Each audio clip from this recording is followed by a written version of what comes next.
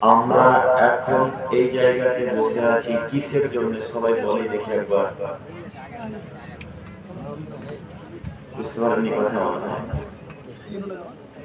নেকির উদ্দেশ্যে। আপনার কথা বুঝতে পেরেছেন কি? আজকে এখানে আমরা বসে আছি কিসের জন্য? নেকির উদ্দেশ্যে, জান্নাত যাব এই জন্য।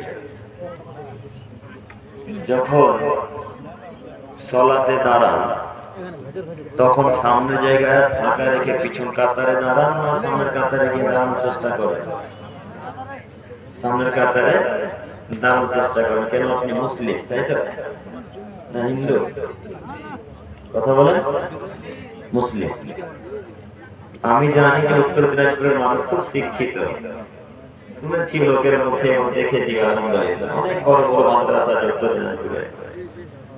তো এখন যত মুরব্বীরা যুবক ভাইরা এখানে 10 জন, এখানে 20 জন, মধ্যখানে ফাঁকা, তারপরে পিছনে আবার এইভাবে যে বসে আছেন, এটা কোনো শিক্ষিত মানুষের পরিচয় হলো?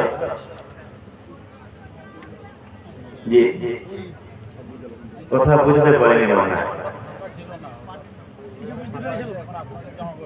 আচ্ছা, তো কাতারে যেমন পরিপূর্ণ করে দাঁড়ান, সামনের কাতারকে পূর্ণ করে তারপরে পিছনে দাঁড়ান, তেমনই সামনে জায়গায় পূরণ করুন, তারপরে পিছনে বসুন। পরিবেশটাও খুব সুন্দর লাগবে, বক্তব্য শুনতেও ভালো লাগবে, শীতের সময় ঠান্ডাটাও কম লাগবে, তাই না? জি। তো আমার প্রিয় চাচাদের উদ্দেশ্যে, মুরব্বী সাহেবদের উদ্দেশ্যে, ভাইদের উদ্দেশ্যে, যুবকদের উদ্দেশ্যে বলতে চাইছি, সামনে এগিয়ে আসার চেষ্টা করুন, পিছনে বসে থাকতে হবে না।